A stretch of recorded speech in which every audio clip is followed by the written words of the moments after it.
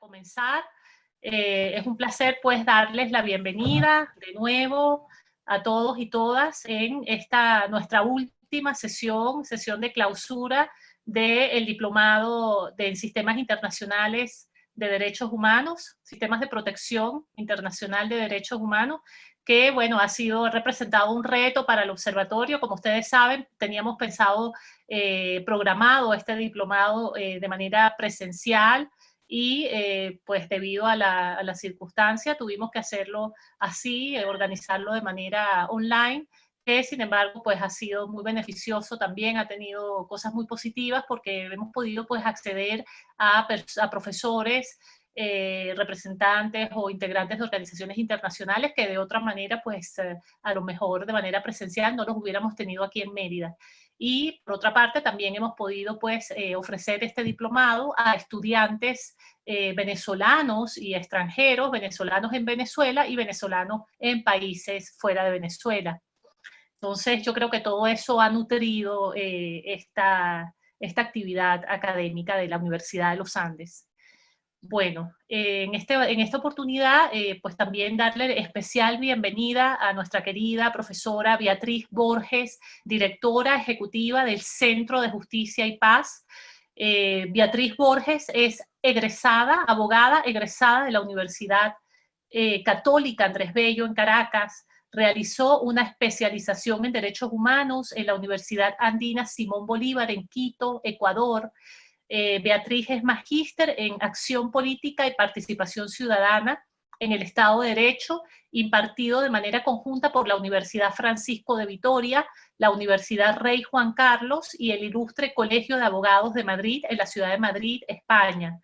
Realizó un posgrado en la Universidad de Nueva York, obteniendo un Professional Certificate en Derecho estadounidense y metodologías. Es profesora de pregrado de la Facultad de Derecho de la Universidad Católica Andrés Bello, es profesora de posgrado en la Universidad Nacional Abierta en la especialización en Derechos Humanos, es profesora investigadora del Centro de Derechos Humanos de la Universidad Católica Andrés Bello, es responsable de la línea de investigación sobre sistemas internacionales de protección de los derechos humanos y la línea sobre migrantes, con diversas publicaciones que ha realizado en la materia. Desde el año 2010 fue nombrada coordinadora de la Clínica Jurídica de Derechos Humanos, también de la Universidad Católica Andrés Bello, y actualmente es la directora ejecutiva del Centro de Justicia y Paz, CEPAZ. Les avisamos, como siempre, que bueno, Beatriz nos hablará sobre los mecanismos internacionales de derechos humanos para Venezuela, la agenda internacional y la participación o la importancia de las organizaciones de la sociedad civil de cara a esa agenda internacional que tenemos en este momento ante nosotros. Les recordamos que el chat está abierto para que hagan sus preguntas de manera escrita, en cualquier momento pueden hacerlas durante la conferencia, y también pueden hacer, por supuesto, al final, como siempre, levantar la mano y hacer sus intervenciones de acuerdo a la posibilidad del tiempo de manera verbal. Decirles pues que como siempre también, este diplomado es asincrónico. Ustedes, las personas que tienen luz y que tienen conexión, están conectadas en este momento, saben que pueden contar con esta conferencia en YouTube para que puedan pues acceder a ella las personas que hoy en este momento no pueden estar conectados por falta de luz. Bueno, sin más preámbulo, los dejo con la profesora Beatriz Borges y que sea pues muy aprovechada esta última sesión del diplomado. Muchas gracias. Muchas gracias, Maida. Muy buenos días a todos y a todas en esta mañana que nos permite encontrarnos para compartir información y conocimiento, y yo muy agradecida por que me hayan hecho parte de este cierre de esta jornada que el Observatorio de Derechos Humanos de la Universidad de los Andes ha generado en estos momentos tan complicados, pero como lo decía Maida, que nos cambiaron las perspectivas de cómo trabajar, pero eso no nos detuvo o no les detuvo, y ha podido generar también beneficios y apertura al conocimiento. Y bueno, y aunque los espacios virtuales no logran superar la riqueza y la maravilla del encuentro personal y humano y cercano, pues nos unen en diferentes distancias, acorta las distancias y pues aquí estamos presentes personas de distintos países, de distintas experiencias y de distintos campos de trabajo. Así que eso lo resalto y lo veo como una experiencia positiva y agradecida al observatorio por hacernos parte de este espacio y también al Observatorio de Derechos Universitarios. Y bueno, en ese sentido también agradecerle a Maida, a Nelson siempre su profesionalismo, su compromiso, su entrega, no solamente desde la academia, sino desde la actividad por los derechos humanos y el activismo. Ese compromiso que se ve en cada cosa que hacen y el equipo maravilloso y la mística del equipo del observatorio. También pues agradecerles a todos ustedes la presencia y solo antes de empezar a hacer una aclaratoria, con la presentación hablaba de mis distintos sombreros y responsabilidades y específicamente quería aclarar referente al Centro de Derechos Humanos de la UCAP y pues a mis actividades académicas que ahora desde hace 1 año y medio me encuentro fuera de Venezuela y sigo realizando actividades como investigadora asociada, pero digamos mucho como estamos algunos o gran parte de los venezolanos en esta dinámica transnacional, que vivimos fuera de Venezuela, pero seguimos trabajando para Venezuela y por Venezuela. Así que quería hacer esa aclaratoria, porque ahora me encuentro como investigadora asociada y también profesora a distancia, y a través de esta vía pues podemos seguir apostándole a la academia. Me corresponde entonces hablarles de lo que es, déjenme compartir aquí la pantalla, un segundo.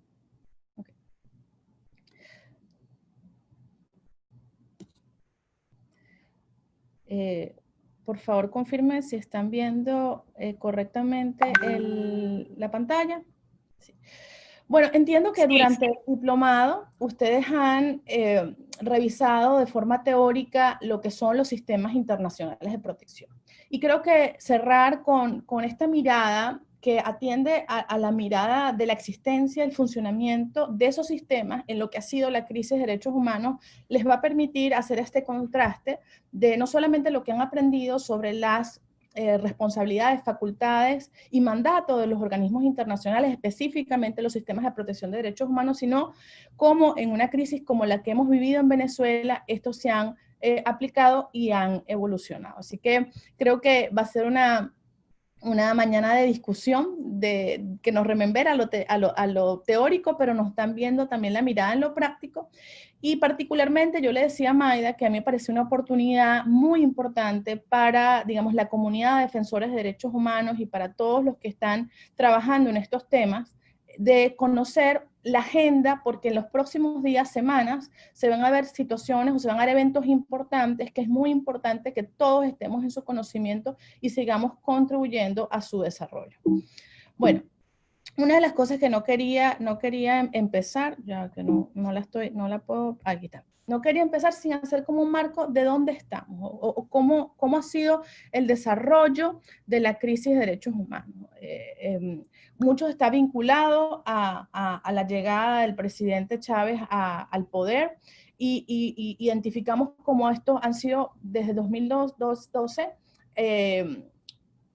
desde el 99 hasta la fecha, un periodo de deterioro en materia de derechos humanos.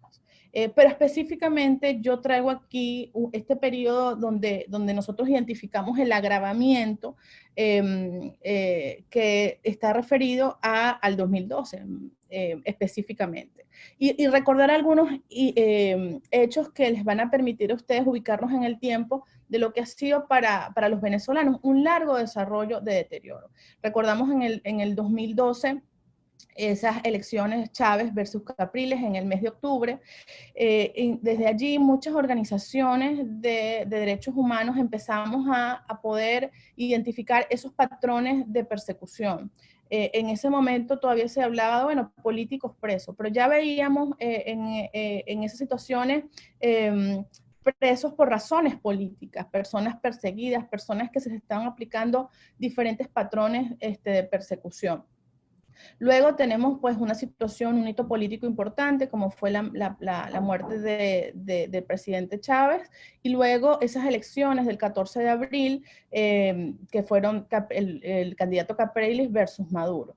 Y pues esas protestas, luego eso pues por supuesto generó en la sensación, en gran parte de la población, una sensación de frustración frente a la necesidad de un cambio político, y en 2014 tuvimos ese primer punto de protestas ciudadanas, de exigencia de derechos que ocurrió de febrero a junio. Y ahí empezamos a ver algo para los venezolanos muy doloroso, pero en ese momento que impactó a la comunidad de defensores de derechos humanos por la respuesta represiva, opresora, que fue la criminalización en el ejercicio de derechos a las protestas y el uso indebido de la fuerza y las prácticas de torturas, detenciones arbitrarias en el marco de esas manifestaciones. Luego, en el 2015 tuvimos un evento muy importante para la institucionalidad, que fue la posibilidad de tener unas elecciones que nos generaran un cambio en el ámbito político, donde tuvimos unas elecciones parlamentarias en diciembre del 2015. Para gran parte de la población representaron la posibilidad de un cambio político en la crisis actual que se vivía en Venezuela, o la crisis que se vivía en Venezuela, disculpen. Y bueno, tuvimos en el 2016 la instalación de la Asamblea Nacional con mayoría opositora, y empezaron obstáculos muy importantes y ataques a la institucionalidad democrática y a los valores de la democracia, con las sentencias de desacatos, con la frustración del referéndum revocatorio, y desde la sociedad civil identificamos momentos icónicos que representaron la ruptura de la institucionalidad democrática. Recordamos las sentencias 155, 156, que hablaban sobre el tema de la inmunidad y las competencias del Parlamento, y en ese momento ya hablábamos a nivel internacional, y digo esto que es importante, de esa situación de quiebre, de la ruptura, y cómo era importante la activación de los instrumentos internacionales, y específico hicimos alusión a la activación de la Carta Democrática. Acuérdense que las protestas ese año estuvieron activas hasta el 2000, hubo protestas hasta octubre de ese año. Luego, pues, avanzamos un 2017 con esa impotencia frente a esos ataques a la democracia, a la institucionalidad, y tuvimos un año importante de protestas en el 2017. Y esta sensación ciudadana la recordamos muchos como una sensación de mucha frustración frente a la crisis del país, pero también mucha fuerza en la exigencia de los derechos ciudadanos. Y bueno, vimos en ese marco de las protestas del 2017 una respuesta altamente represiva, donde vimos la configuración de estos patrones de persecución, estos patrones de represión, estos patrones de anulación a la disidencia. Recordemos la importancia en ese momento de lo que fue la aplicación del Plan Zamora, y además la alternancia con la concreción el ataque a la institucionalidad con la Asamblea Nacional Constituyente convocada en el mes de mayo. Y bueno, luego teníamos lo que fueron las elecciones a final de año, y el desconocimiento de las elecciones o del evento electoral que hubo para ese año en el mes de mayo, que tuvo un desconocimiento para ese entonces de 14 países. Llegamos al 2019 con una juramentación de Juan Guaidó como presidente interino y una demanda de recuperación de la democracia por parte del bastión institucional que teníamos en ese momento, que tenemos todavía, que es la Asamblea Nacional, con el reconocimiento de 59 países, y con un plan de trabajo y de propuestas para recuperación de la democracia y la transición en Venezuela. Llegamos al 2020 sin la concreción de ese plan, pero con la restauración o con la reafirmación de un liderazgo democrático que se encuentra en la Asamblea Nacional, con las capacidades de ejercer o de intentar recuperar la democracia. Y las elecciones en este contexto, y yo sé que no es el tema hablar, pero lo vamos a tocar desde el punto de vista de los sistemas internacionales, porque yo sé que es un tema que es sensible y no normalmente lo vemos como derecho, y no normalmente lo vemos en los sistemas internacionales, pero aquí hay un tema importante que es en el que nos encontramos hoy, una crisis y una emergencia en materia de derechos humanos, en materia humanitario y en materia multidimensional, donde las posibilidades de cambio político que nos ayudarían a salir de ello, pues están siendo truncadas. Eso ha sido un poco el resumen en estos 8 años que se cuentan en pocos minutos, pero que para los venezolanos ha tenido una carga de violaciones y de ataques y de agresiones a la población y de sufrimiento muy alta, y esto pues ha ocurrido en frente de la comunidad internacional.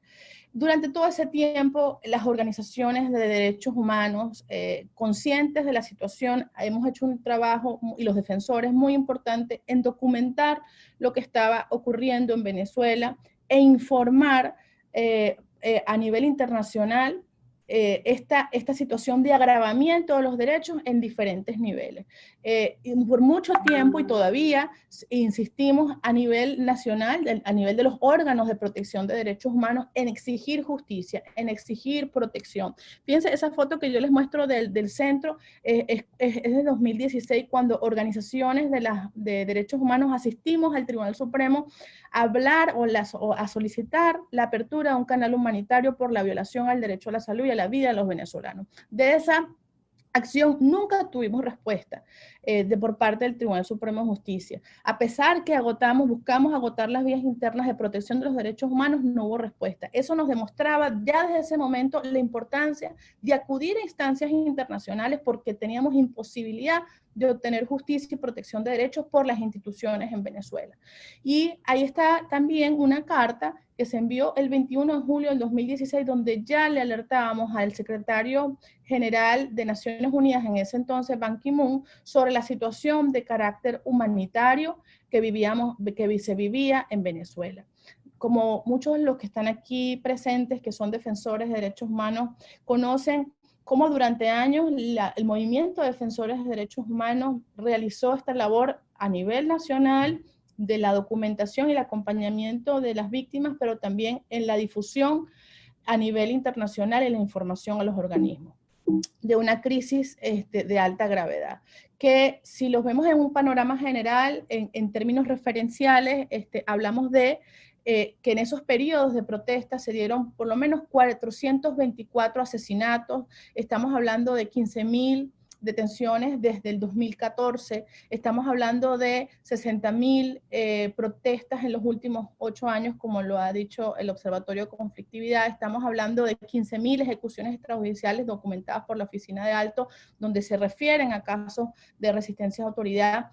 Además, se une a un estado de violencia generalizada con 100.000 personas muertas en situaciones violentas en los últimos 5 años, caracterizado por una crisis humanitaria compleja que abarca la salud, la alimentación, el trabajo, el ambiente, donde tenemos declarado por Naciones Unidas para el 2019 7 millones de personas en necesidad de asistencia humanitaria. Ahora, con el COVID como agravante de esta situación humanitaria. Y un elemento muy importante a destacar es la crisis de movilidad humana sin precedentes, que se hablaban ya de 6.4 millones al finalizar 2019, y ahora con restricciones en el reingreso al país para su venida. Quiero destacar lo de la movilidad humana porque por mucho tiempo teníamos frustración de que a nivel internacional no se conociera lo que estaba pasando con la crisis en Venezuela.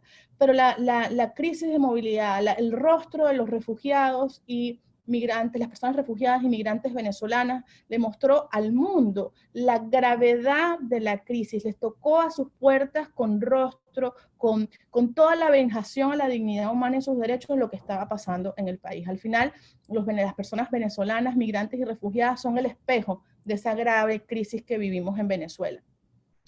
Y bueno, hoy en día la vivimos más con el COVID, lo que ha sido el colapso del económico y de los servicios públicos. Para explicar la situación en Venezuela, tanto económica como a nivel de servicios públicos, nadie puede entender lo que estamos viviendo en términos de inflación y en términos de cómo no hay un funcionamiento en un país que se conocía por ser un país de renta media, un país próspero, con dificultades, pero con capacidad de afrontarla. Hoy está sumado en la peor emergencia humanitaria del continente. y, bueno, quiebres a la institucionalidad democrática. Y cierro con esto porque ahí es donde vamos un poco a hablar, que básicamente está nuestro enfoque de la crisis. Entonces, digamos, concluyo ya para entrar ya a lo que es el análisis de la respuesta internacional. En Venezuela nos ocurrió una grave crisis de derechos humanos que fue evolucionando y que se convirtió en una crisis multidimensional. Esta evolución, esto no atenderlo a tiempo, no prevenirlo, esta respuesta tardía ocasionó que se activaran diferentes mecanismos del marco o marcos de protección a nivel internacional. Entonces, ahora no solamente tenemos el tema del derecho internacional de los derechos humanos, sino que está activado el derecho humanitario, el derecho al refugio, el derecho a la migración y todo lo vinculado también ahora con el derecho penal internacional por la posibilidad de crímenes atroces. Y esto nos obliga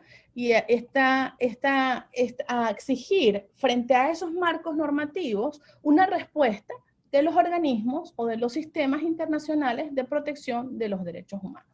Y yo quise poner esta imagen, yo sé que no estamos en diciembre, pero esta imagen que está ahí es de una yaca, es un plato venezolano que muchos conocen, típico de Navidad, que tiene muchos ingredientes, tiene un proceso complejo de elaboración, tanto su envoltura como la masa, como el relleno, como los ingredientes y como la importancia también para los venezolanos de hacerlo en familia. Y quise poner este ejemplo de la yaca porque para nosotros la situación o la activación de los mecanismos internacionales es entender que en Venezuela lo que tenemos ahorita es un problema muy complejo, que no le podemos dar una solución simple. Es decir, es como un gran barco con muchos huecos. Es decir, tú tapas uno, pero otro está abierto y tienes que tener varias manos y varias acciones para poder salvar el barco a flote. Entonces, por eso es que en este espacio de la exigencia de la respuesta internacional, como hay diferentes marcos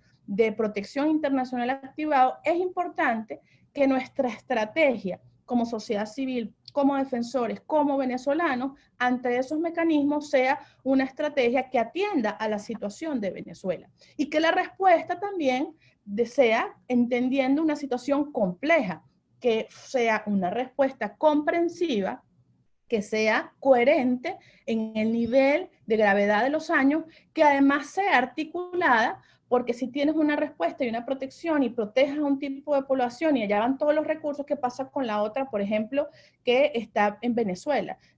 Si pusiera quizás el ejemplo de los recursos en términos de cómo estás atendiendo las diferentes crisis, ¿no? Luego, coordinada con los distintos mecanismos activados, que están activados de forma simultánea y que tienen competencias entrelazadas y que esa coordinación entre ellos es fundamental para ser asertivos. Que además combine los mecanismos de llamarlo de una forma clásica, es decir, aquellos que conocemos y que se han usado y se usan para proteger víctimas, peticiones, medidas cautelares, esos tipos de mecanismos tradicionales, pero también los extraordinarios, y que hoy nos vamos a enfocar en ello. Por eso que les decía que tenemos una agenda próxima, las próximas semanas, sobre mecanismos extraordinarios que fueron activados para Venezuela. Y finalmente, entender también que es fundamental para la situación de Venezuela, no solamente atender a nivel de protección los mecanismos técnicos que brinden protección y justicia a las víctimas, sino también que necesitamos la acción política de los mecanismos, porque la base del problema de Venezuela está en una situación política que no nos permite un cambio hacia la institucionalidad, hacia la protección de los derechos y hacia la restauración de la democracia. Entonces, es importante que si tenemos esa aprobación, esa asistencia, también tengamos a una comunidad internacional trabajando en la recuperación de la paz y la democracia para el país. Entonces, perdón, ahí está la hallaca. Es un problema complejo que requiere este tipo de aproximación y digamos, mi llamado a la comunidad de defensores, de estudiantes, de quienes nos duele nuestro país y estamos trabajando por ello, y también a los internacionales que nos están ayudando, es hacer esto como lo hacemos en Venezuela, como hacemos las hallacas. Es de una forma coordinada, pero todos trabajando y aportando nuestro granito de arena para ese gran producto que es nuestra deliciosa hallaca, que sea la solución para la crisis de Venezuela. No solamente la restauración de la democracia, la protección de los derechos humanos, lograrla a través de un trabajo conjunto y coordinado también de la sociedad civil para que esa respuesta internacional sea más asertiva. Ahora bien, ahora sí ya entregamos al corazón de lo que ha sido para Venezuela la respuesta internacional, específicamente de los sistemas internacionales.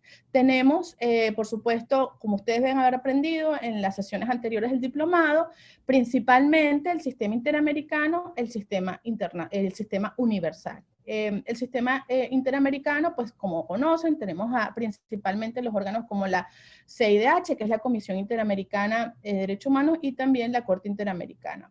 Pues a nivel humanitario no está tan desarrollado en el sistema interamericano, pero bueno, hay oficinas o agentes especiales en la OEA que pues han tenido en cuenta este tema. Y a nivel político, pues tenemos la Asamblea General de la OEA, el Secretario General y también la Oficina de Asuntos Electorales dentro de la OEA, que ha estado viendo la situación de Venezuela.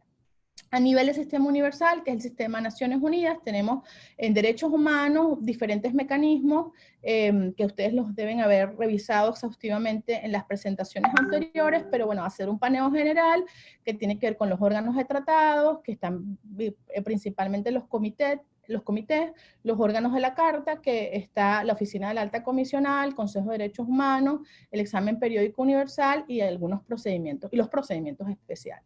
A nivel político podemos identificar la Asamblea General, el Secretariado General, la Oficina o el Departamento de Asuntos Políticos, el ECOSOP, con un espacio importante que es el seguimiento de los ODS, como es el High Level Political Forum, el Consejo de Seguridad y otras oficinas como la de Asuntos Electorales. A nivel humanitario tenemos una importante oficina como es la 8, y a nivel de movilidad pues contamos con el ACNUR, el OIM y bueno, otros, estamos hablando también de la CPI. Ahí quise hacer como un paneo general, un punteo que les permitiera ver los diferentes organismos que están activados. Creo que también a nivel de laboral, no lo puse aquí, pero está importante también señalar como otros, la comisión de encuesta que trabaja los derechos de los trabajadores también en el marco universal. Vamos entonces al sistema interamericano. ¿Cuál ha sido la respuesta del sistema interamericano frente a la grave crisis que hemos hablado de derechos humanos en Venezuela? Pues hemos tenido el mecanismo de las visitas in loco. La última que pudo ser presencial en el territorio venezolano fue en el 2009, y tuvimos recientemente en el 2020 un intento de visita in loco a Venezuela que fue frustrado y que terminó realizándose por la Comisión Interamericana en Colombia, entre la frontera entre Colombia y Venezuela, y donde la Comisión Interamericana hizo una especie de visita in loco o a distancia, donde pudo constatar la situación de Venezuela a través de los testimonios de los venezolanos que se encontraban en frontera. También se han dado informes de país. Hemos tenido en el 2003, en el 2009 y en el 2018 tuvimos informes donde la Comisión Interamericana se ha pronunciado específicamente sobre la situación de los derechos humanos en Venezuela.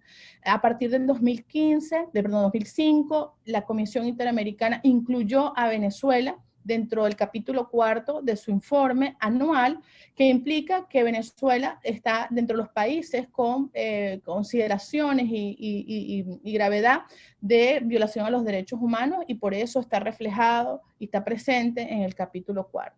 También la Comisión Interamericana, frente a la gravedad, y fíjense que coinciden las fechas un poco con los problemas que hablamos desde el 2017, ha creado mecanismos especiales. Mecanismos especiales, uno de ellos es la Sala de Coordinación y Respuesta Oportuna Integrada, que fue creada en el 2017, y más recientemente el MESEVE, que fue en octubre, ahí dice 2020, pero fue octubre, sí, 2019. Luego, en términos de solicitud de información al Estado, de acuerdo a la información de la CIDH, se ha intensificado sus labores de monitoreo del país, donde por lo menos al menos han mandado 15 cartas de solicitud al Estado, y y ellos reapuntan a un 25% de incremento entre los periodos anteriores de 12 al 2015.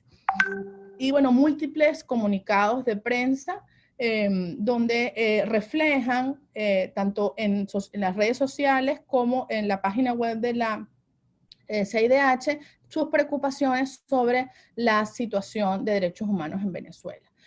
Otro tema importante, Venezuela con la SACROI decidió priorizar el trámite y el análisis de peticiones respecto a los casos de Venezuela y está desde 2002 a 2015 abrió trámite por lo menos un promedio de 24 peticiones al año y aumentó a 50 en lo que iba del 2019 y pues ha decidido abrir la última información, trámites a 90 peticiones. Bueno, hay también la Corte Interamericana está haciendo o revisando los casos que todavía están pendientes de Venezuela y creo que un elemento muy importante sobre la crisis de Venezuela ha sido lo que tiene que ver con las medidas cautelares y las audiencias públicas, que son competencias de la Comisión Interamericana que han estado vigentes para Venezuela, incluso frente a la ausencia y el retiro del gobierno de estos espacios y al no cumplimiento, pero las medidas cautelares han sido fundamental para hablar de las graves violaciones de derechos humanos y las situaciones de grave daño e irreparable daño en Venezuela. Teniendo siempre en los periodos de audiencia, varias audiencias sobre Venezuela y medidas cautelares otorgadas, no solamente para temas de derechos civiles y políticos, sino también derechos económicos, sociales y culturales vinculados a la emergencia humanitaria. Y bueno, para lo que queda presente y agente para la agenda internacional vinculada a las acciones de la Comisión Interamericana, bueno, era esta visita in loco que se produjo y que recientemente se publicó el informe de esa visita, la configuración del MESEVE como este mecanismo especial. Está planteado el informe país sobre Venezuela y un informe sobre las personas migrantes que fue anunciado en las audiencias de octubre del año pasado. Y pues actualmente también a través en el momento de COVID-19, la sala de la SACROI, que permite hacer un seguimiento exhaustivo. También destacamos la cercanía y la apertura de la Comisión Interamericana en conversar, en recibir información de la sociedad civil sobre lo que está pasando diariamente en Venezuela. Tener ese canal abierto, tener esos oídos escuchando son muy importantes para la labor de defensa de los derechos humanos en Venezuela. Eso básicamente a nivel del sistema interamericano. Por supuesto, cuando lo vemos así en grandes números y vemos las grandes violaciones, pudiese parecer poco, pero detrás de todos esos números, detrás de todas esas acciones hay un gran trabajo y hay una importante respuesta que nos ha permitido mostrar a nivel internacional las violaciones de derechos humanos.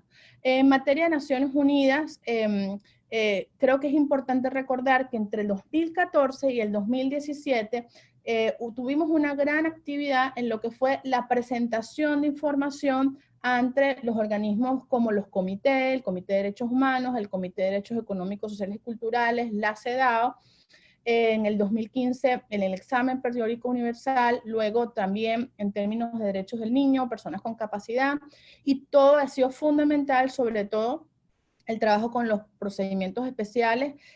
Aquí destaco con el grupo de trabajo de detenciones arbitrarias que muchas organizaciones han estado activas enviando los casos y ahí se ha podido ver la gravedad y los patrones en términos de las detenciones en Venezuela. Es decir, la sociedad civil venezolana ha sido una sociedad activa en el envío de información y gracias a ese envío de información a nivel internacional no solamente se ha podido dejar el rastro de cómo ha evolucionado el deterioro de la crisis, sino también se ha podido armar ese expediente internacional sobre lo que ocurre en materia de derechos humanos en Venezuela. Y que hoy nos lleva a esta situación que estamos. El Consejo de Seguridad, como un órgano principal de Naciones Unidas, ha tenido también, a pesar de la frustración que muchos tenemos sobre lo que puede ser sus acciones, a nivel internacional, no se puede dejar de decir que ha tenido un rol importante para la situación de Venezuela. Por lo menos el año pasado hubo 4 reuniones y para mí una de las más importantes, sobre todo como les mostraba esta foto de que desde 2016 y quizás mucho antes, 2015, ya veníamos identificando lo de la emergencia humanitaria. El tener esa respuesta, y ahí tengo la fecha y pongo el Twitter, porque yo creo que para nosotros los venezolanos este Twitter, esta imagen es muy importante. El 10 de abril a la 1:19 de la tarde, el secretario general de Naciones Unidas dijo que en Venezuela habían 7 millones de personas que necesitaban asistencia y que estaban trabajando para dar una respuesta humanitaria. Y yo sé que esto puede sonar ahorita ya algo normal, pero por muchos años existía la emergencia humanitaria y no había el reconocimiento de la misma. Y para los venezolanos tener ese reconocimiento de que tenemos una emergencia humanitaria, aunque fuera tardío, es importante porque refuerza el trabajo que se vino haciendo. Y gracias a ese trabajo que se vino haciendo, documentando a los organismos internacionales, es que no pudieron evitar decir, en Venezuela existe una emergencia humanitaria compleja, y activarse los mecanismos para responder a la población, aliviar sufrimiento y salvar las vidas.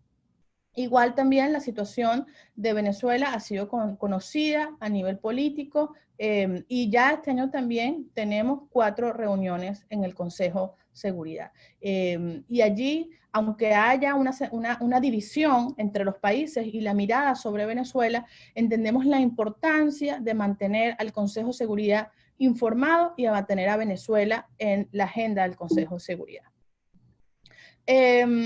Ahora bien, y ahora sí voy a trabajar ya de lleno en esas cosas que van a venir pronto y que me parece muy importante que todos como venezolanos y como movimiento de defensores de derechos humanos estemos prevenidos y estemos activos. Como ustedes saben, dentro de los mecanismos extraordinarios, para Venezuela ha sido muy importante la labor que ha desarrollado a lo largo de esta crisis prolongada en la oficina de la alta comisionada. Y hubo un informe muy importante que para mí fue el antecedente de todo lo que ha ocurrido a nivel del Consejo de Derechos Humanos, que se fue publicado por el anterior alto comisionado, Seid, que fue en junio de 2018, donde no tenía mandato del Consejo de Derechos Humanos, pero presentó al Consejo de Derechos Humanos un reporte sobre la situación de Venezuela. Ese informe de junio está lleno de información recaudada por la sociedad civil, y ese informe llamó la atención al Consejo de Derechos Humanos sobre lo que estaba pasando en Venezuela. Y es allí donde en septiembre del 2018, el Consejo de Derechos Humanos, que ustedes saben está formado por estados, ordena al alto comisionado, le da el mandato de hacer un informe sobre Venezuela. Y ese informe fue presentado el año pasado, en julio. Y ese informe, como ustedes lo recordarán, y muchos lo denominan como recurso memotécnico, el informe de Bachelet, y pues digo, es mal llamado el informe de Bachelet porque, como ustedes están viendo aquí, tiene sus antecedentes, y gracias a ese trabajo es que se llegó al informe.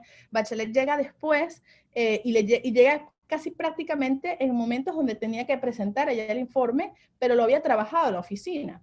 Pero efectivamente ese informe, y que ella lo haya presentado, fue un hito y es histórico para lo que ha sido el trabajo del movimiento de derechos humanos en Venezuela, y para lo que ha sido y lo que va a ser el futuro, y está siendo el futuro de Venezuela. Gracias a ese informe hay un reconocimiento internacional de lo que nosotros veníamos diciendo desde hace muchos años, pero lo dijo la alta comisionada, lo dijo y lo describió en un informe detallado sobre lo que eran las violaciones. Ese informe salió, la publicación fue parcial, pero ese informe, según los que sabemos, que tenía más de 100 páginas de información recabada sobre lo que había sido toda la documentación de la oficina del alto comisionado. Entonces, fue muy potente. Y a partir de ese informe se generó una apertura de mecanismos extraordinarios que ahora están siendo o están activos para Venezuela. Y es importante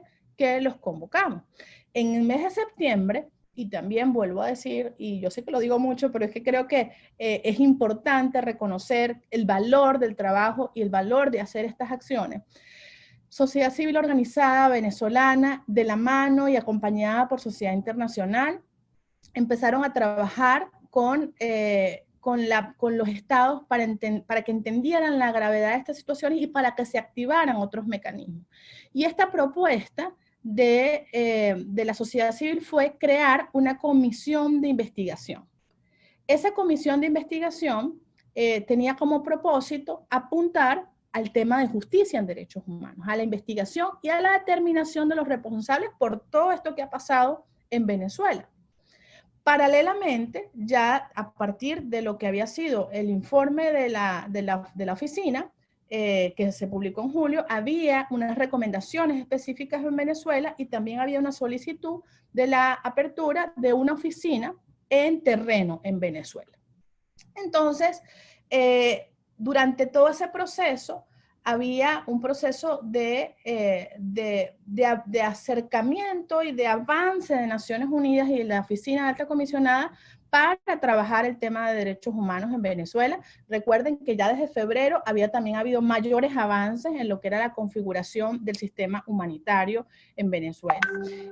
Y nos parece como muy importante porque en este sentido vemos la respuesta internacional avanzar y estos sistemas activándose en Venezuela.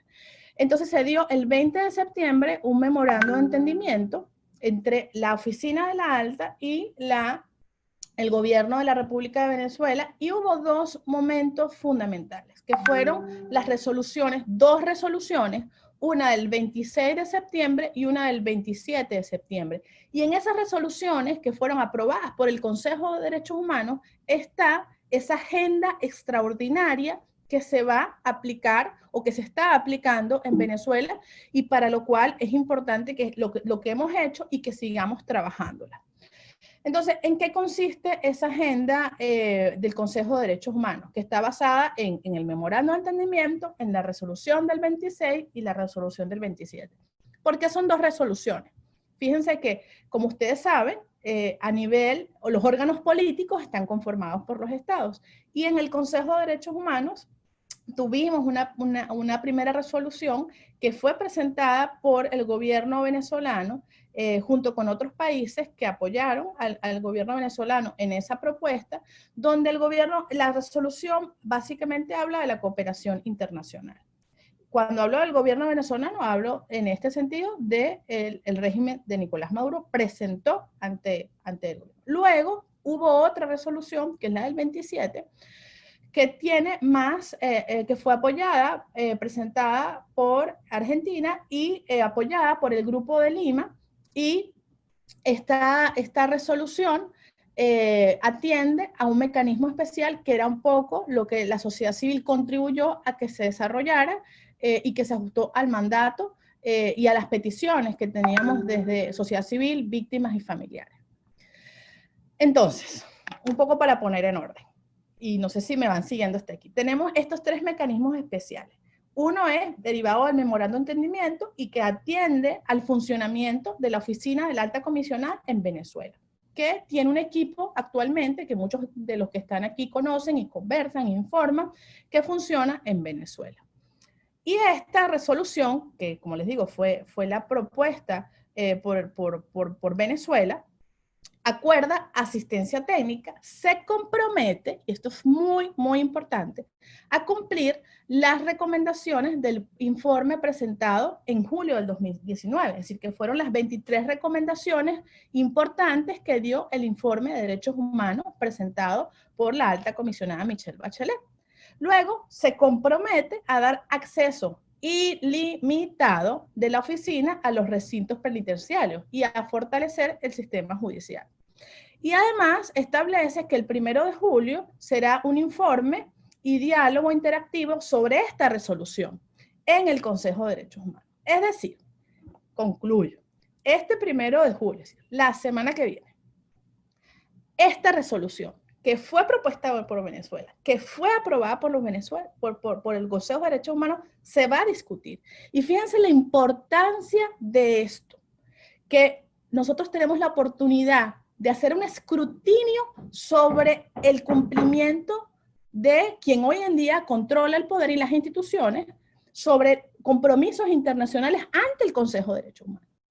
Y si algo sabemos los venezolanos, y si algo sabemos los defensores de derechos humanos, es que estas 23 recomendaciones no se han cumplido.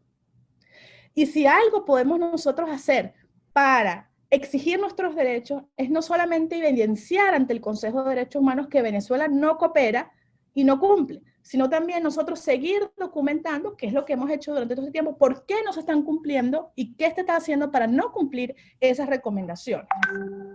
Porque el Estado venezolano y el gobierno, quien controla las instituciones hoy en día, pues no se puede llamar Estado, no ha dado un acceso ilimitado a los recintos penitenciarios. No ha habido un fortalecimiento al sistema de justicia óptimo a los fines de responder a violaciones de derechos humanos. Entonces, es importante que, aunque esa resolución se hizo para evitar la otra, que es la que vamos a hablar ahorita, es importante en términos de que no pudo evitar la segunda resolución, pero además estableció compromisos concretos sobre su cooperación y sobre la asistencia técnica. Entonces, es muy importante todas las capacidades que podamos desplegar de acción, de denuncia, de información internacional sobre el no cumplimiento y la no cooperación sobre la asistencia técnica, y están incumpliendo una resolución que el mismo gobierno de facto promovió. Luego, además, este mandato de monitoreo es muy importante que sepamos que tuvo 2 informes orales, o tiene 2 informes orales. Uno que ya ocurrió en el mes de febrero, que como ustedes saben, hubo un pronunciamiento de la Oficina de la Alta, y uno que debía ocurrir en septiembre. Luego va a haber un informe escrito, y esa es la segunda cosa que debemos estar atentos. Es decir, así como tenemos el diálogo interactivo o la actualización el 1 de julio, el 15 de julio, y anoten esa fecha, el 15 de julio vamos a escuchar, o la Oficina de la Alta Comisionada va a presentar ante el Consejo de Derechos Humanos un reporte sobre la independencia judicial, el acceso a la justicia, la reparación de los derechos económicos, sociales y culturales y la situación del arco minero. ¿Por qué es importante este momento? Porque vamos a escuchar también de la Oficina de la Alta Comisionada y de voz de la Alta Comisionada un informe detallado sobre esto, donde muchas de las organizaciones hemos contribuido a que tengan la mejor información posible del terreno, para que en ese informe quede reflejado la dura y la grave realidad que en estos temas está viviendo Venezuela. Y ese informe tenemos unas grandes expectativas de que ese informe y refleje el dolor, el sufrimiento, la violación a los derechos humanos y lo que está pasando en Venezuela. Y estamos apostándole a que eso sea así, esperamos que eso sea así, confiamos que eso sea así, y ese va a ser un nuevo instrumento que vamos a tener los venezolanos para demostrar a nivel internacional algo que nosotros sabemos, pero que el peso que sea dicho por la Oficina de la Alta Comisionada a propósito de esta documentación es fundamental para las decisiones que se tomen en futuro en términos de justicia, en términos ambientales y en términos de reparación para los venezolanos. Luego está también establecido, y esto también es muy importante, bueno, todo es importante, pero esto también es muy importante porque aquí ha habido muy pocos avances o ceros avances, que los procedimientos especiales, estaba previsto que en los próximos 2 años, aprobada la resolución, se diera la visita de al menos 10 procedimientos especiales, entre los cuales nombran en la resolución el grupo de trabajo de desapariciones forzadas, el grupo de trabajo de detenciones arbitrarias, el tema de independencia judicial, las ejecuciones extrajudiciales, la relatoría sobre la alimentación, salud, tortura, pero hasta los momentos ninguna de estas visitas se ha dado. Y esto es algo importante también a decir. Aquí se demuestra y se evidencia el incumplimiento sistemático de decisiones y de acciones a nivel internacional. No solamente a nivel nacional no se protegen, sino que a pesar de existir mandatos internacionales donde Venezuela hoy en día lamentablemente es miembro de ese consejo, no cumple las obligaciones internacionales que tiene la materia. Y esto también hay que decirlo, porque el que no vayan los relatores a Venezuela y no conozcan nuestra situación, está, como venezolanos, está afectando nuestros derechos, nuestro derecho al acceso a los sistemas internacionales, nuestro derecho a que se conozca también y se documente y se proteja y se haga justicia, no es sobre nuestros derechos. Entonces, esto también tenemos que verlo como derechos afectados. Luego, estoy yo creo que ya terminando para que podamos abrir las preguntas, está el mecanismo más importante o uno de los mecanismos más importantes que es la misión internacional independiente. Es decir, nosotros pedimos una comisión de investigación, pero se aprobó un mecanismo similar o de naturaleza similar que es la misión de investigación de los hechos o comisión de investigación de los hechos, lo que llaman la Fact-Finding Mission, que es un equipo que ya está instalado a partir de febrero donde se están dando la documentación en materia de derechos humanos y que busca, entre otras cosas, investigar un mandato específico sobre ejecuciones extrajudiciales, desapariciones forzadas, detenciones arbitrarias, torturas y otros tratos crueles, inhumanos y degradantes cometidos desde el 2014.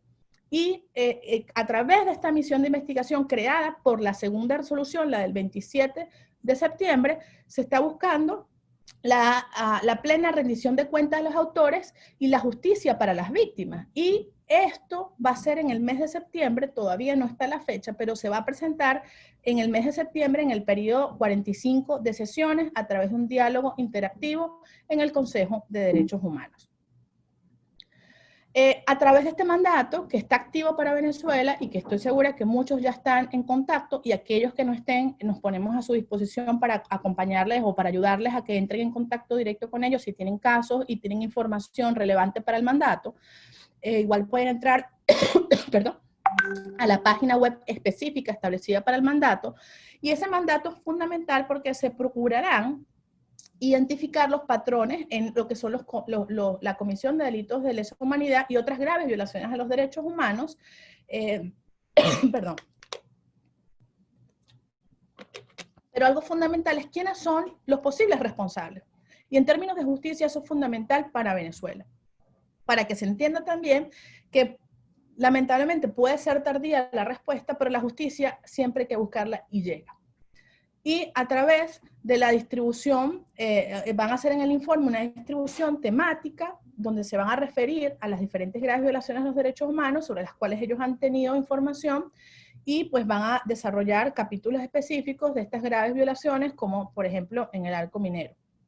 Y creo no, les informo o comparto que una de las cosas que tenemos que esperar cuanto a la expectativa de ese informe es que, por supuesto, por el tiempo de la vigencia del mandato, que ha sido básicamente este año, no podemos esperar que todo lo que hemos hablado en todos estos años esté presente. Por eso la estrategia va a apuntar más a lo que son casos paradigmáticos entre las distintas graves violaciones a los derechos humanos en este primer informe que se va a presentar. Ahora sí, para cerrar, como ustedes ven, tenemos una agenda internacional donde la labor de las organizaciones ha sido fundamental en términos de proveer información, contacto con las víctimas, testigos, fuentes fiables y también en el análisis de los contextos. Y a veces nos parece esto simple, pero es muy importante porque seguirle la situación a Venezuela, que es tan cambiante, es difícil. Entonces, proveer información sobre lo que es el contexto, esos informes que hacen las organizaciones a través de su monitoreo son fundamentales. Porque estos son no solamente informes para dar seguimiento a lo que pasa, sino también son instrumentos de formación, base sólida que les permite a todos entender lo que pasa en Venezuela con fuentes fiables. También esta labor que se ha hecho y se debe seguir haciendo con la Oficina de la Alta Comisionada en el seguimiento de las recomendaciones. Si están interesados, nosotros podemos enviarles un documento que hicimos sobre el estatus del cumplimiento de las 23 recomendaciones dadas por la Alta Comisionada. Se los hacemos llegar. Para que lo tengan, está muy sencillito, es un punteo, pero para que ustedes puedan verificar en sus áreas de trabajo las recomendaciones derivadas de ese informe. Luego, el contribuir al trabajo de la misión para que ese informe que se presente en septiembre tenga la mejor información posible.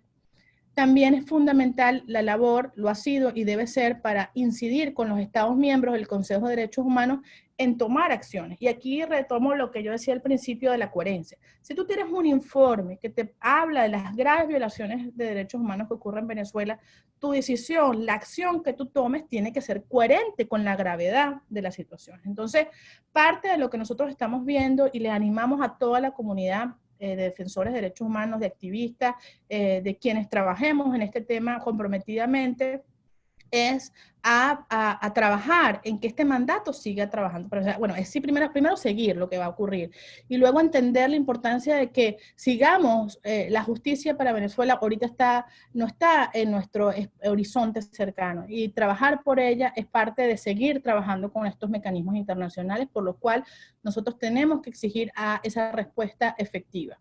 Y también es muy importante el tema de las represalias, porque como ustedes saben, en términos de persecución, en términos de ataques a los defensores, en la labor de colaborar con Naciones Unidas, pueden haber represalias. Entonces, todos estos organismos están muy atentos de quienes colaboremos con información, con difusión, con estos mecanismos, no seamos víctimas de represalias.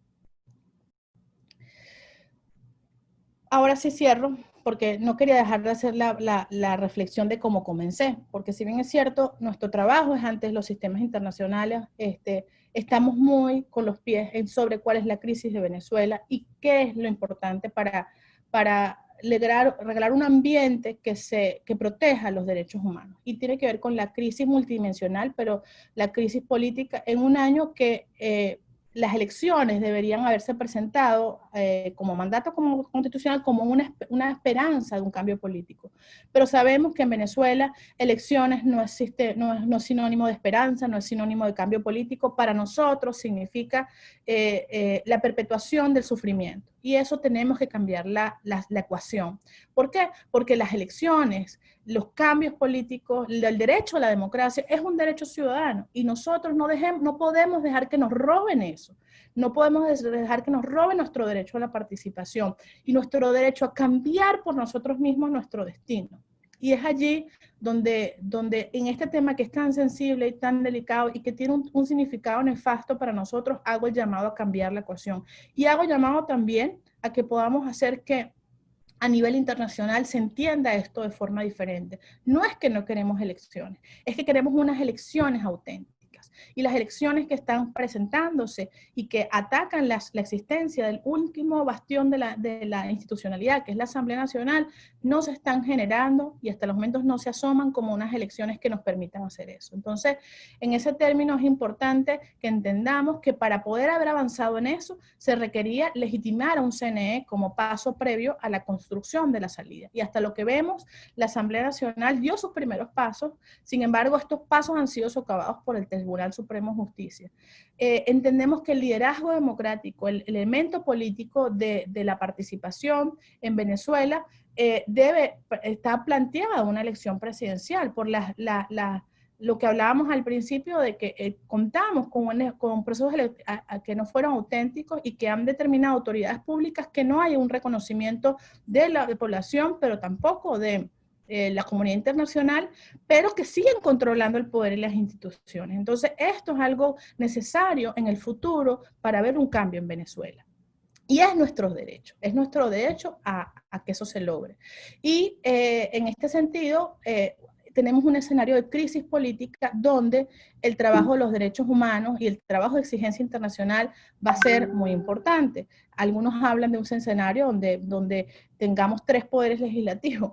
Este electo que habla ya de una continuidad administrativa que para muchos en la interpretación legal y constitucional entendemos que no hay fundamento democrático para ello. Luego, la misma Asamblea Nacional Constituyente que se ha vuelto un instrumento írrito y perenne, y además pues una posible asamblea que se pudiese elegir a finales de 2020. Si tenemos una situación inédita, difícil de comprender, y donde los venezolanos necesitamos explicarlo a nivel internacional para que no se deje aparte la crisis política. La crisis política, y aquí está un poco la propuesta, tenemos que entender y explicarle a la comunidad internacional y a los sistemas de protección también, que la base base de la crisis de Venezuela tiene una base en esta ruptura de la institucionalidad, del quiebre democrático y en la evolución de las violaciones a los derechos humanos. Y que tenemos nosotros también, que la democracia es un derecho y tenemos un derecho a exigirla y a defenderla. Y que las organizaciones de la sociedad civil son actores fundamentales para haber demostrado cómo se perdió esta institucionalidad, pero que en especial nuestra propuesta para una solución a la crisis, para restablecer la democracia, para que se protejan los derechos humanos, es pacífica y democrática. Y que aunque en este momento estamos atacados por un sistema opresor, un sistema de carácter criminal, que estamos todos en riesgo por exigir derechos, ese es nuestro derecho también a resistir y a exigir mecanismos pacíficos, democráticos, donde podamos construir una elección por exigencia ciudadana. Y allí Naciones Unidas y los sistemas internacionales tienen también una labor importante, y de allí muchas organizaciones hemos desarrollado esta visión de cómo podría haber una asistencia técnica, por ejemplo, de Naciones Unidas, para hacer y construir ese camino. Venezuela requiere un acuerdo nacional, requiere una negociación para lograrlo, para que podamos tener ese cambio político, esa transición que nos lleve a un proceso de verdad, justicia y reparación y de restauración de la democracia, de los derechos humanos y, como siempre digo, seguir evitando la pérdida de vidas y el sufrimiento de los venezolanos. Los sistemas internacionales han sido y son claves para lograrlo. Y esta mirada comprensiva de una crisis multidimensional que esperemos que no se convierta en una crisis prolongada en el tiempo, sino que tenga esos procesos de avance y de respuesta que nos lleven a trabajar por ella, que nos quiten la desesperanza, pero que nos den las herramientas poderosas de los derechos humanos y para lo cual fueron creados estos sistemas, estas grandes estructuras, que le demos vida. Y aunque es muy frustrante a veces, y se los digo ya aquí a nivel de un comentario personal, es enfrentarse a sistemas que a veces uno siente que son pesados, difíciles de mover. No parar de hacerlo, no parar de dar información, no parar de exigir, no parar de pensar fuera de la caja y no parar de decirles, ustedes pueden hacer la diferencia en Venezuela. Nosotros estamos haciendo lo propio, exigiendo, documentando, denunciando, hablando siempre de nuestros derechos. Acompáñenos a buscar justicia, acompáñenos a la reivindicación de derechos, acompáñenos a buscar para Venezuela una salida. Yo evalúo lo logrado como muy positivo y me siento muy orgullosa de ser parte del movimiento de derechos humanos. Seguiremos trabajando. No quisiera decir que esta es una lucha de un día. Sé que muchos hoy en día vemos el trabajo por Venezuela como un trabajo a mediano, largo plazo, un trabajo para las futuras generaciones, un trabajo por la paz, que nos tocó históricamente, que es triste porque no vivimos la Venezuela que yo, por ejemplo, viví mi juventud. Una Venezuela de posibilidades y derechos con muchas dificultades, pero donde teníamos mayores niveles de dignidad. Pero hoy en día todo eso está socavado y nos toca desde las cenizas seguir levantando y no dejar de pensar en la Venezuela posible porque hoy no la tengamos, sino construirla desde nuestro imaginario, desde el imaginario de los derechos y desde el trabajo ciudadano y con enfoque de derechos humanos. Con esto termino y bueno, abierta a sus preguntas, a sus ideas y sobre todo les recuerdo las fechas, el 1 de julio y el 15 de julio, estemos muy atentos porque eso que va a pasar allí, tenemos muchas expectativas, se ha trabajado fuertemente y la idea es que pues nosotros ahorita esa información sea de apoyo y de avance para la agenda internacional de derechos humanos en Venezuela. Muchísimas gracias. Muchísimas gracias a ti, Vivi. Realmente el mejor cierre de este diplomado, haciendo un resumen de todos los mecanismos y sobre todo luego aterrizando justamente en cada uno de nosotros, en cada una de las organizaciones de la sociedad civil y en qué podemos y qué está en nuestras manos hacer, manteniendo por supuesto el entusiasmo y la inquebrantabilidad de espíritu. Bueno, tenemos varias preguntas acá. Además de muchísimas felicitaciones, también por el teléfono me escriben diciéndome que excelente elección de la invitada para el cierre. Las personas están muy interesadas en que les envíes las recomendaciones y también piden la presentación. Por supuesto, repito, también esta conferencia la van a poder volver a escuchar otra vez en YouTube. Tenemos aquí, Vivi, varias preguntas que te las voy a leer, mientras también creo que hay algunas personas que han levantado la mano. José Amílcar te pregunta, está aquí en la parte del chat, tú también lo puedes ver, si quieres yo las leo para que todos la oigan, las personas que están conectadas por teléfono, y ya organizas la manera de responderlas. El caso del compatriota Franklin Brito fue emblemático y una parte, aguas de violación de, bueno, y en parte una violación de derechos humanos en el año 2010. ¿Este caso está en la agenda? Pregunta José Amílcar. Luego María Gabriela Mayer dice que el tema de la alimentación es sumamente importante. José Antonio Quinteiro Boris pide la presentación, creo que no tiene preguntas en este momento. Sigo. Eh, sí, aquí hay otra pregunta. Ha sido María Gabriela Mayer. Ha sido muy importante el trabajo de las organizaciones de la sociedad civil. La documentación de la información ha permitido visibilizar nuestra realidad, particularmente en Cáritas de Venezuela. Trabajamos diferentes áreas, pero actualmente hemos reforzado el tema de desnutrición infantil y migración. Un comentario. Juan Vázquez, desde Ciudad Guayana. Excelente ponencia. Mi gran pregunta es, ¿en qué estado se encuentra el estatus de personas con discapacidad en el tema de medicamentos, enfermedades raras y crónicas? ¿Hay avances a esas respuestas? Gracias y disculpa la molestia. Una vez más, excelente ponencia. Cardoso María, ¿cuál es el siguiente paso una vez que se determine que Venezuela ha hecho caso omiso a las recomendaciones dadas por la alta comisionada? Víctor Manuel, eh, buenos días, sería de bastante provecho el envío del documento que referencia el incumplimiento de las recomendaciones del informe de Bachelet. Muy bien, ya esto lo hablamos. Tenemos una pregunta de Víctor Manuel también, de evidenciarse el incumplimiento de las recomendaciones que el gobierno de facto se comprometió a cumplir. ¿Cuáles serían las consecuencias coercitivas en el ámbito del sistema internacional de protección? Wilfredo, ¿cuál es, a su entender, la primera instancia a recurrir por las organizaciones políticas y ONG venezolanas para hacer retroceder el nombramiento del CNE de la dictadura por ser una violación flagrante de los derechos humanos al pueblo de Venezuela? Griselda, magnífica presentación. Muchas gracias, Vivi. Muchas gracias. Excelente. Muchas gracias. Y tenemos algunas preguntas. No sé si también de levantar la mano. No sé si quieres responder a algunas preguntas, a estas preguntas que te acabo de leer. No, si quieres, escuchemos todas las preguntas y yo voy anotando. Muy bien, muy bien. Entonces creo que Carlos Guerra levantó la mano. Bien.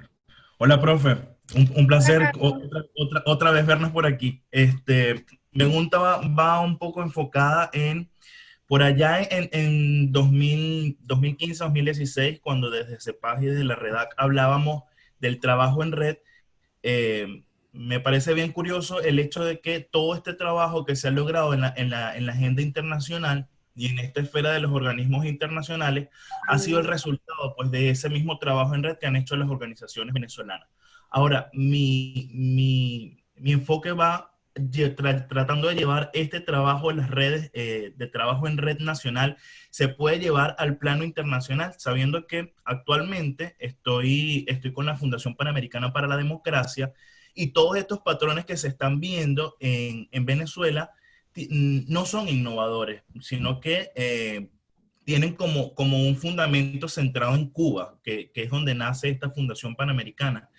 Se puede hacer un lobby internacional entre agrupaciones de países que han sido afectados por temas democráticos, por factores democráticos, para lograr un mayor impacto en la agenda internacional. Gracias, Carlos.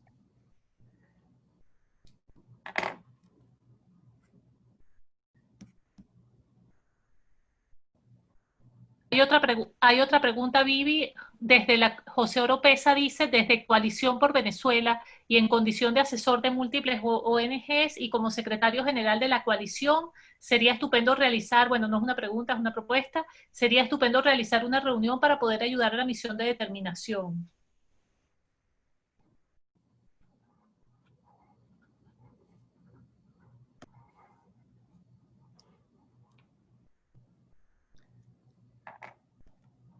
¿Listo, Maya? Yo creo que sí, por los Ok. momentos estamos listos.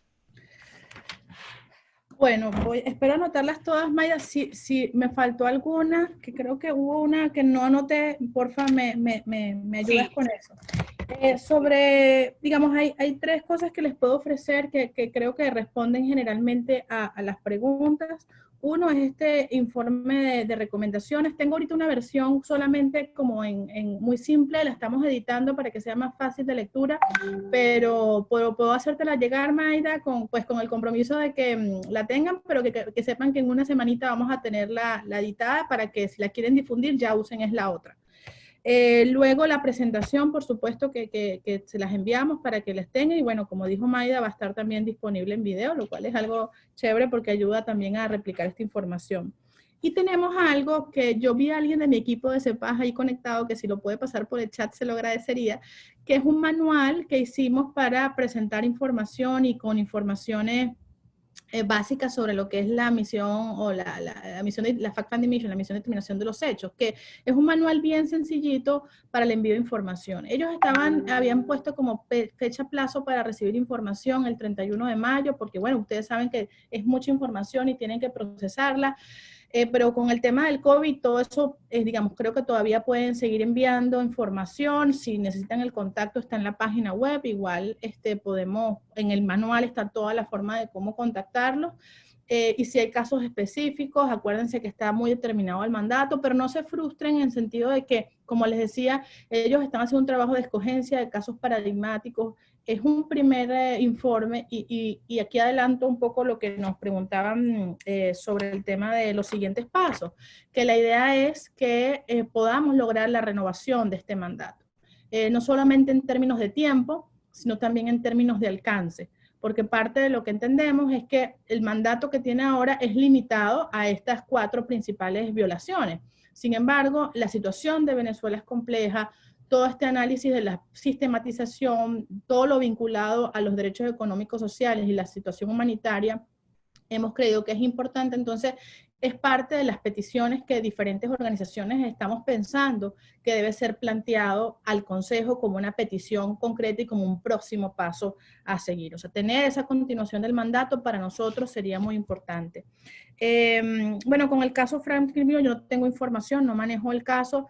No sé si hay acciones legales. Creo que en este caso la reflexión importante es la importancia de presentar los casos individuales a estos sistemas, porque también hay esos mecanismos para proveer justicia específica en peticiones individuales. Lo que decía María Gabriela sobre Cáritas, ustedes son un ejemplo de cómo un trabajo con las personas y un trabajo de documentación ha hecho que se entienda lo que pasa en Venezuela sobre el derecho a la alimentación y cómo hoy en día los graves números de inseguridad alimentaria están basados en un trabajo dedicadísimo a la sociedad civil. Así que yo creo que Venezuela y el trabajo de Cáritas es un trabajo que todos admiramos por esa contribución que ha hecho para demostrar lo que pasa en la emergencia humanitaria en Venezuela, y también pues esta importancia no solamente estar del lado de las personas, porque muchas de las organizaciones lo que nos ha pasado es eso, que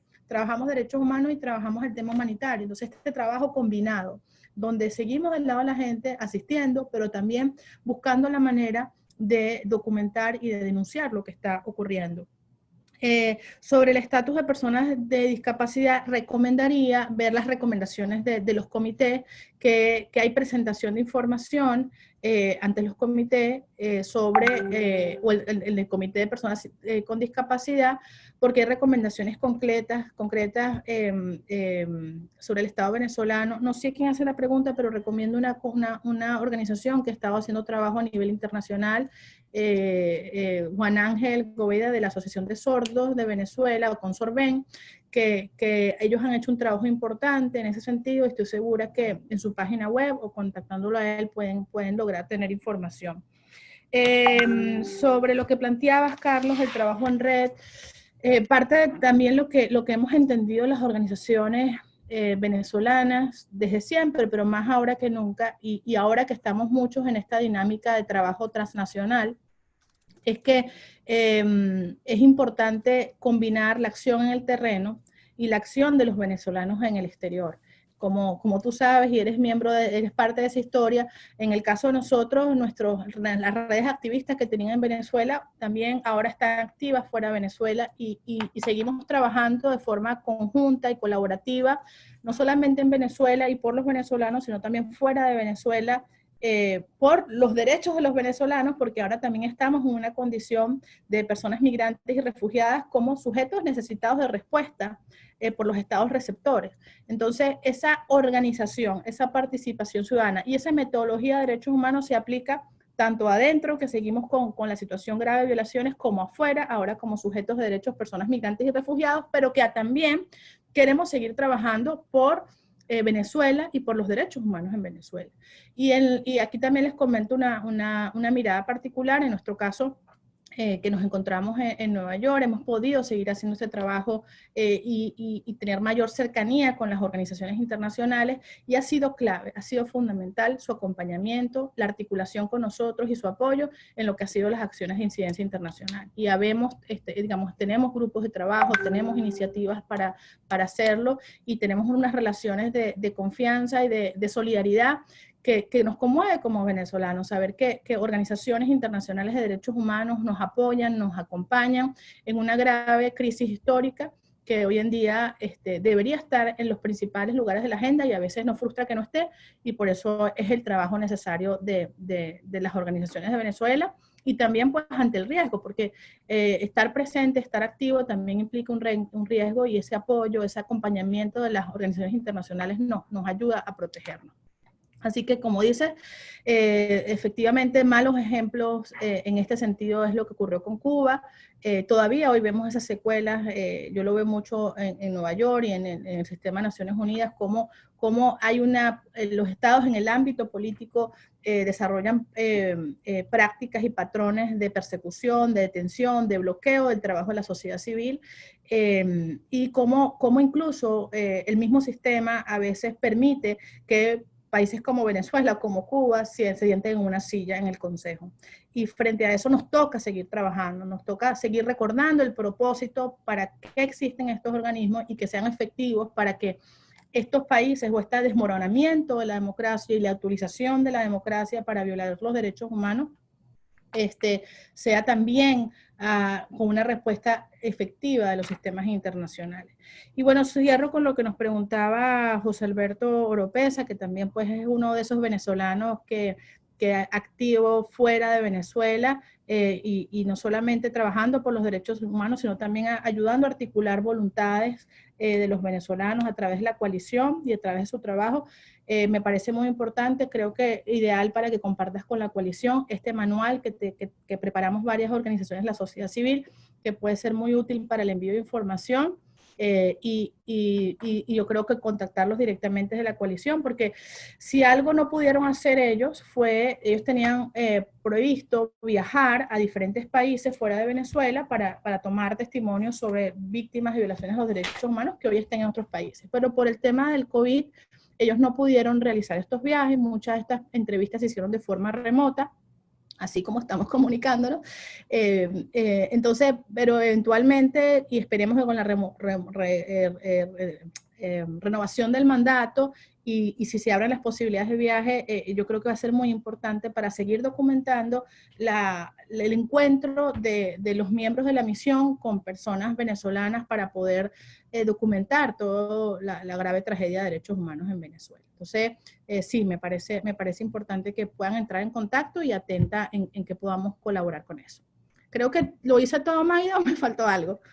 Yo creo que, bueno, no sé si te referiste a lo de los pasos, creo que hubo dos preguntas parecidas, que era qué se hacía después de cuando Venezuela pues no había cumplido las recomendaciones, y otro decía el referente a lo mismo, si habían acciones coercitivas.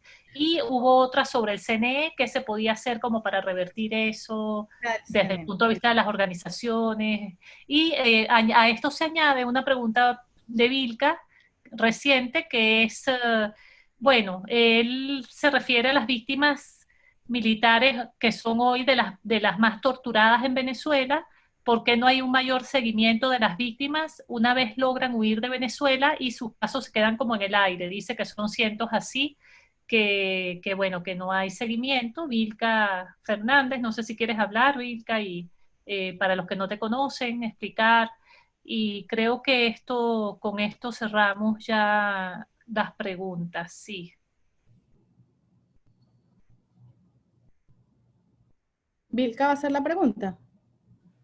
Sí, para entender un poquito más Sí. Hola, buenos días, ¿cómo están? Hola, Bueno, Vilca. no, gracias, profe Maya, por la oportunidad. No, mira, era un tema que veo todo el informe en general, pero no vi en ningún lado que se refieran al tema de las víctimas militares. Y a pesar de la difícil situación de Venezuela y el tema últimamente, o el rechazo que hay últimamente de los civiles hacia el comportamiento militar, hoy por hoy son las víctimas son una de las más torturadas que hay, ¿no? Tocando o estando en el mes de la tortura. Y lo otro era que no entiendo por qué los organismos internacionales, inclusive en su mayoría las organizaciones de derechos humanos venezolanas, no le hacen seguimiento al caso de las víctimas una vez se zafan de las manos de la dictadura. Y eso es muy lamentable porque son casos que se quedan en el aire. Esos son casos que se quedan en el aire.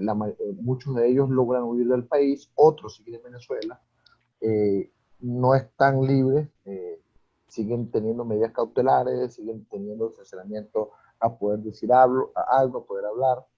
Sus familiares siguen sufriendo la persecución, pero en su mayoría no hay seguimiento para ellos, e inclusive en las organizaciones internacionales como la CIDH, como la ONU y todas estas, no hay tampoco información de estos casos que son cientos.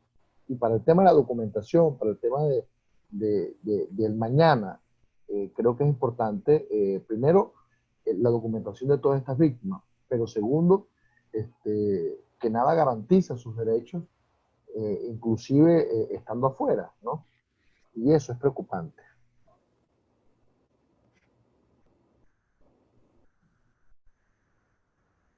Gracias. Ok, fíjense, sobre los próximos pasos creo que entonces soy un poquito más detallada. Es decir, todo, como les dije, les hablé de los mecanismos tradicionales o clásicos, de los mecanismos que se han activado para Venezuela, y tanto en el sistema interamericano como en el sistema de Naciones Unidas. Y me referí específicamente a esta próxima agenda que viene en las próximas 2 semanas en el Consejo de Derechos Humanos. Entonces, bueno, no sé si se referían a todos. Yo creo que en general la respuesta sería: hay que estar siempre proveyendo información, documentando, informando lo que está pasando en Venezuela sobre los temas de derechos humanos. Y en el caso de la agenda del Consejo de Derechos Humanos, yo lo veo muy importante en términos de poder seguir avanzando. Es decir, que haya una repercusión por el no cumplimiento, por la no cumplimiento de las recomendaciones, que los estados tomen medidas y que eso también se verifique en el mes de septiembre con la presentación de este informe de la Fact-Finding Mission. Ahí vamos a tener información y allí es importante la exigencia de las organizaciones para que se tomen medidas del Consejo de Derechos Humanos y desde pues las diferentes instancias, ¿no? Entonces, yo creo que lo primero, ahorita trabajamos mucho para estos momentos, es decir, para el 1 y el 15, estemos muy alertas, difundamos que esos momentos vienen, esperemos escuchar, y con esa información creo que tenemos también mucho trabajo que hacer de demanda a la comunidad internacional y de demanda a los organismos internacionales de derechos humanos, esperando que refleje la gravedad de la situación en Venezuela.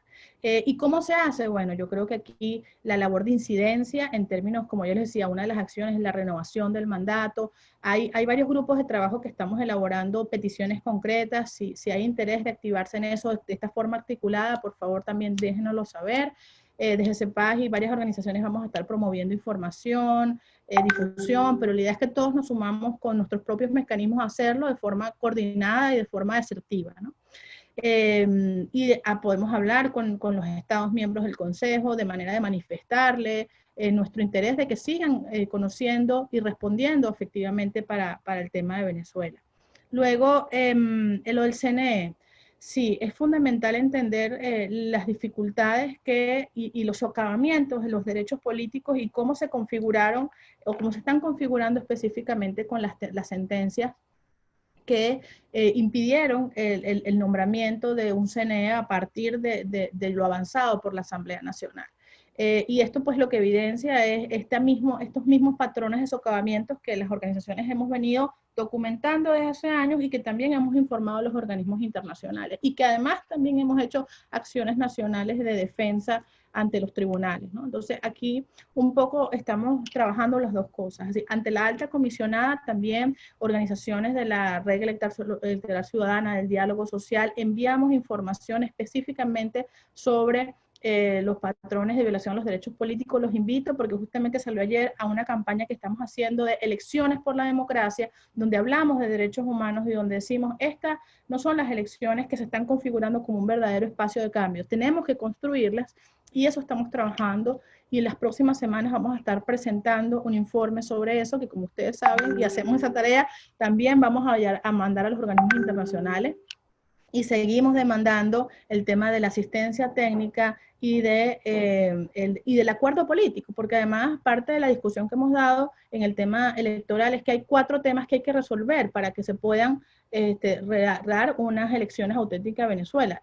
Todo el tema técnico, todo el tema sanitario, todo el tema político y todo el tema ciudadano. O sea, y en esos cuatro grandes temas están una cantidad de cosas que hay que reparar para poder tener reparar y planificar para poder tener una verdadera elección auténtica. Entonces, en ese sentido, nos toca construirlas, nos toca exigirlas y con todo eso, teniendo esas 4, si no tenemos una voluntad política y una negociación que nos permita llegar a eso y un apoyo internacional, no lo llegamos. Entonces, es una montaña empinada, pero toca seguir trabajando para construir esos puentes que fueron explotados y voy a ir regresando y retornando a la democracia con el músculo ciudadano, pero también con el apoyo internacional y la voluntad política de los actores.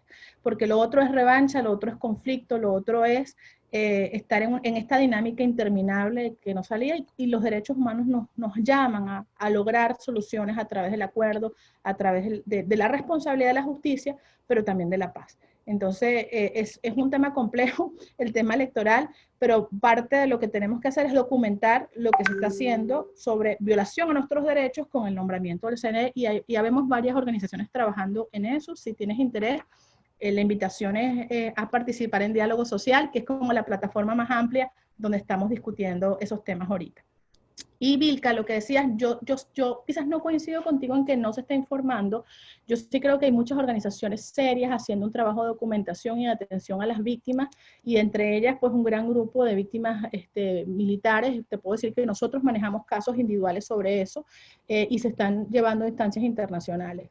Y aquí la importancia también, si hay familiares o víctimas, de la importancia de conseguir el acompañamiento de organizaciones o de equipos legales que puedan llevar estos casos de denuncia.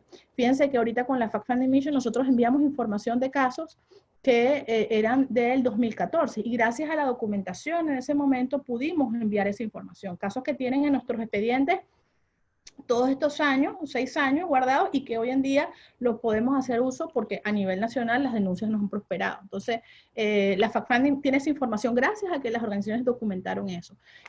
A veces sí pasa que se denuncian los casos, se ponen en la opinión pública, pero esa persona, esa víctima no tiene el acompañamiento de un equipo de defensores o de activistas que puedan haber hecho la documentación, haber hecho las acciones legales y también darle seguimiento. O sea, el llamado también es a buscar esa ayuda. Si tú conoces de casos de ellos, yo creo que sí, como reconozco el trabajo de la sociedad civil, hay muchas organizaciones especializadas dispuestos a dar esos acompañamientos, dispuestos a dar esos procesos y a orientar a víctimas. Entonces, sí es importante que hagamos el trabajo, porque los organismos internacionales no se mueven solos. O sea, tú tienes que enviarle la información, tú tienes que enviarle el caso. No simplemente por dar una denuncia ante un medio de comunicación, eso es suficiente. A veces tenemos que hacer un trabajo de mayor seguimiento y la misma víctima podría o puede empoderarse y que eso tan duro que vivió como una violación pueda también convertirlo en una acción de justicia posterior. Aquellos sobre todo que han logrado salir del país, que fueron víctimas de detenciones, torturas, Y también pues el acompañamiento psicológico y psicosocial es muy importante para tener las fortalezas, para tener este camino de justicia, que a veces puede ser un camino largo, pero es el camino también de la reivindicación. Con eso termino. Bueno, Beatriz, y a todos y todas, muchísimas gracias. Pues estaremos entonces en contacto. Ojalá podamos repetir y hacer más actividades de manera más regular. Y bueno, a todos decirles que muchísimas gracias, que hemos tenido pues participantes de varios países de América, como Chile, Estados Unidos, Colombia, Perú, de Venezuela se ha conectado gente de Ciudad Guayana, Maturín, Barinas, Lara, Mérida, Yaracuy, Aragua, Distrito Capital, en fin, muy contentos pues de haber podido dar esta oportunidad y de que todos nos podamos reunir y conversar estos temas que son vitales para Venezuela. Decirles pues, Vivi, si ya te quieres desconectar, perfecto, decirle que a los estudiantes que quieran aclarar sobre el trabajo final del diplomado, pueden quedarse, quienes requieren aclaratoria, quienes aún no lo hayan entregado, nos han pedido que les aclaremos sobre este trabajo, de modo que estoy aquí con Nelson Rivas, de modo de aclararles. Entonces, Vivi, si quieres, pues ya nos vemos en la próxima oportunidad. Y bueno, gracias. ahorita les mando en la tarde las preguntas para que las tengan. Vale. Bueno, un abrazo. Feliz día. A todos y muchísimas gracias, Mayra, tu equipo siempre maravilloso y por ese trabajo tan impresionante y tan comprometido que hacen en Mérida, pues mi abrazo, mi fuerza y mi cariño siempre, porque además ustedes han sido uno de los constantes que nunca han parado y que todo este cuento que yo he hecho, yo estoy segura que en cada uno de esos momentos se veía. Gracias. Un beso. Bueno.